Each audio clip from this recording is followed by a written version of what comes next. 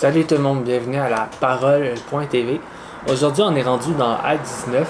Mais juste avant de commencer, juste vous dire que dans le fond, je vais changer de version de Bible parce que je pense que la Derby en français est beaucoup mieux, plus compréhensible pour moi, plus facile à lire.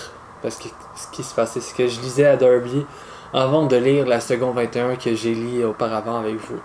Et là, quand je lisais, mais j'étais un peu mélangé, mais là, pas grave. Je vais juste transitionner avec la Derby. Si vous avez une Derby, sinon vous pouvez en acheter sur Amazon ou bien sur votre cellulaire. En fait, il y a des Bibles que vous pouvez télécharger et avoir. Ils ont pas mal toutes les versions habituellement et la Derby est dedans aussi.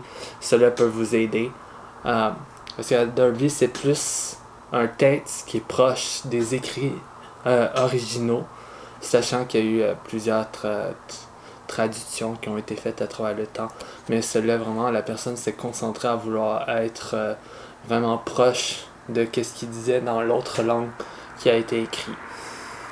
Fait que, commençons sans plus tarder. J'espère que votre cœur est ouvert à la parole de Dieu et soyez réceptifs. Amen. Or, il arriva, comme Apollo était à Corinthe, que Paul, après avoir traversé les contrées supérieures, vint à Éphèse. Ayant trouvé de certains disciples, il leur dit « Avez-vous reçu l'Esprit Saint après avoir cru ?» Et ils lui dirent « Mais nous n'avons même pas ouï dire si l'Esprit Saint est. » Et il dit « De quel baptême donc avez-vous été baptisés ?» Ils dirent « Du baptême de Jean. » Et Paul dit « Jean a baptisé du baptême de la repentance, disant au peuple qui creuse en celui qui venait après lui, c'est-à-dire en Jésus. Ayant ouï ces choses, ils furent baptisés pour le nom du Seigneur Jésus. Et Paul leur ayant imposé les mains, l'Esprit Saint vint sur eux, et ils parlèrent en langue et prophétisèrent. Amen. Ici, Paul, il y avait des gens qui croyaient en Jésus-Christ, qui avaient donné leur vie à Dieu, probablement, qui connaissaient quand même Jésus, mais il n'avait pas été baptisé dans l'esprit.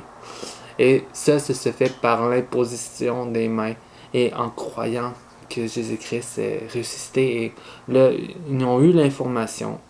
Et là, après, ils se sont mis en position de recevoir le Saint-Esprit dans leur vie. Et là, ils se sont mis à parler en d'autres langues. Amen. Alors, verset 7. Ils étaient tous environ... Et il était en tout environ 12 hommes. Étant entrés dans la synagogue, il parlait avec hardiesse, discourant pendant 3 mois et les persuadant des choses du royaume de Dieu. Mais comme quelques-uns s'endurcissaient et étaient rebelles, disant du mal de la voix devant la multitude, lui s'étant retiré d'avec eux, séparé les disciples, discourant tous les jours dans l'école de Tyrannus. Et cela continua pendant 2 ans, de sorte que tous ceux qui demeuraient en Asie ouïrent la parole du Seigneur, tant juifs que grecs.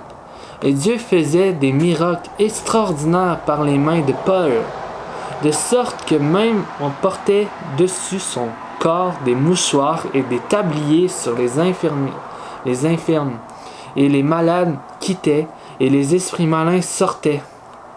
Amen. Et Dieu accomplissait des miracles à travers Paul. C'est à travers Paul que Dieu accomplit des miracles. Il utilise Paul comme il peut nous utiliser nous. On doit être humble totalement à ce que Dieu travaille avec nous et nous utilise pour faire sa volonté.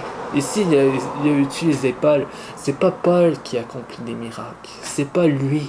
C'est Jésus-Christ à travers lui. Paul n'est pas glorifié, c'est Jésus-Christ qui est glorifié. Enfin, de faire du bien à ses brebis. Dieu veut te faire du bien, il veut accomplir des miracles dans ta vie, il veut te guérir. Amen. Ici, à tel point que c'était puissant, quand Dieu veut guérir, les gens sont guéris. T'sais. Les gens faisaient toucher, par exemple, un mouchoir sur Paul, et après ça, ils mettaient sur un malade, et voilà, le malade était guéri. Et ces choses-là peuvent encore exister. Ces choses-là, parce que Dieu n'a pas changé. Il est toujours le même. Et à travers certains hommes de Dieu, Dieu peut te guérir, va manifester sa guérison, ou même sans homme de Dieu, juste parce que tu as foi en Jésus-Christ et que tu places ta foi en lui, il va agir à travers ta propre vie. Ne perds jamais espoir.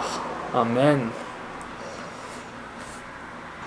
Au verset 13, mais quelques-uns aussi des Juifs exorcistes qui couraient ça et là essayèrent d'invoquer le nom du Seigneur Jésus sur ceux qui avaient des esprits malins, disant « Je vous abjure par Jésus que Paul prêche. » Et il y avait 7 fils de Sheva, juifs principal sacrificateurs, qui faisaient cela.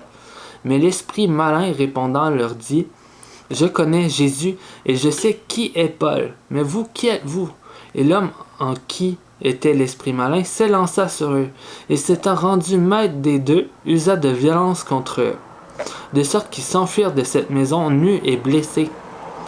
On ne doit pas niaiser avec... on ne doit pas prendre à la rigolade, dans le fond, le royaume de Dieu. Quand le Paul avait été loin pour exorciser, pour faire des exorcismes, c'est-à-dire des gens qui étaient possédés de démons. Et là, Paul avait l'autorité de le faire. Mais toi, si tu n'as pas l'autorité, si tu n'as pas la foi, si tu ne connais pas Jésus-Christ assez, si ta communion avec Dieu n'est pas assez forte, fais-le pas. Fais-le pas.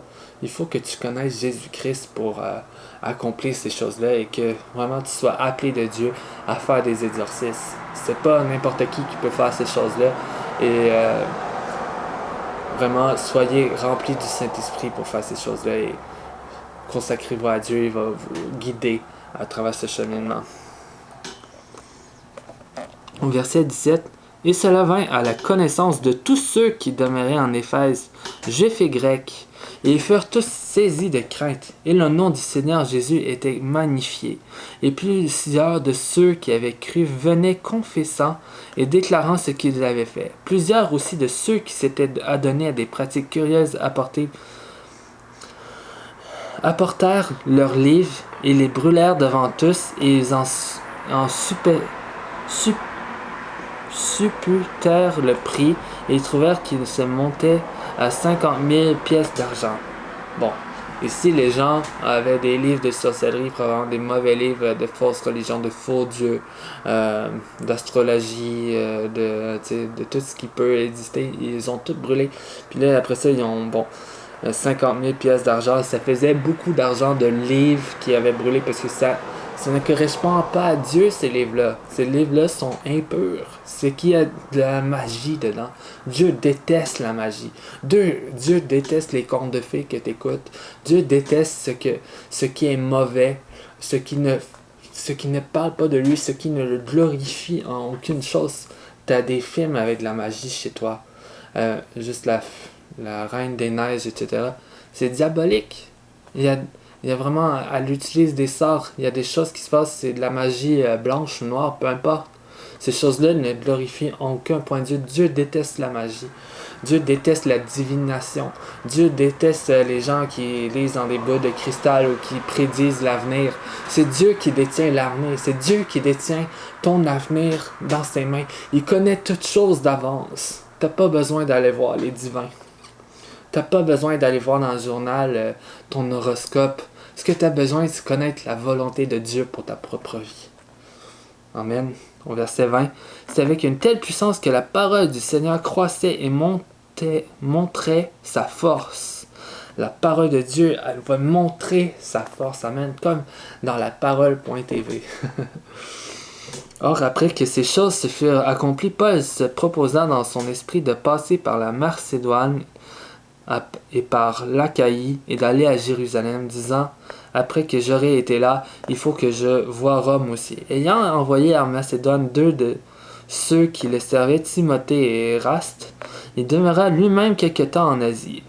Or, il y eut en ce temps-là un grand trouble au sujet de la voie, car un certain homme nommé Démétrius, qui travaillait en argenterie et faisait des temples de Diane en argent, procurait un grand profit aux artisans et il les assembla, ainsi que ceux qui travaillaient à de semblables ouvrages. Il dit « Ô homme, vous savez que notre bien-être vient de ce travail. Et vous voyez et apprenez que non seulement à Éphèse, mais presque par toute l'Asie, ce Paul, usant de persuasion, a détourné une grande foule, disant que ceux-là ne sont pas des dieux qui sont faits de main.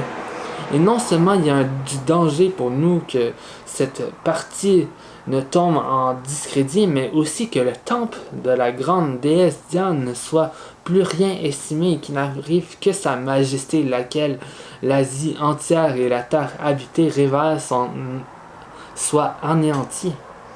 Et quand ils eurent entendu ces choses, ils furent remplis de colère et s'écriant en disant: Grande est la Diane des Éphésiens. Et écoute, la ville fut remplie de confusion et d'un commun accueil se précipitèrent dans le théâtre, entraînant avec eux Gaius et Aristarque, macédoniens, compagnons de voyage de Paul. Et comme Paul voulait entrer vers le peuple, les disciples ne lui permirent pas. Et quelques-uns aussi des Asiarques, qui étaient ses amis, envoyèrent vers lui pour le prier de ne pas s'aventurer dans le théâtre. Les uns donc criaient une chose et les autres une autre, car l'assemblée était en confusion, et la plupart ne savaient pas pourquoi il était assemblé. Et ils tirèrent Alexandre hors de la foule, les Juifs le poussant en avant, et Alexandre faisait signe de la main, voulait présenter une apologie au peuple. Mais quand ils eurent connu qu'il était Juif, ils s'écriaient tous d'une voix, durant près des 2 heures: Grande est la Diane des Éphésiens. Mais le secrétaire de la ville, ayant apaisé la multitude, dit: Homme éphésien, qui est donc l'homme qui se cache pas que la ville des Éphésiens est consacrée à la grande du temple de la grande Diane et à l'image tombée du ciel?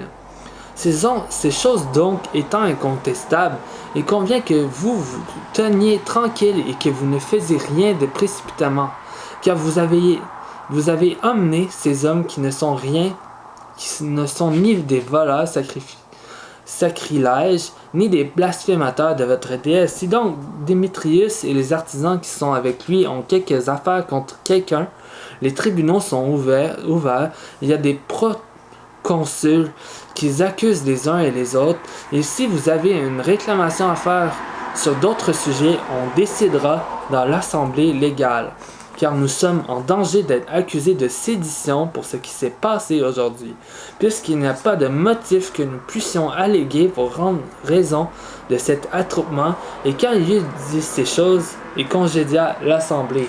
Bon, voilà ce qui est tout pour le chapitre 19 de Actes.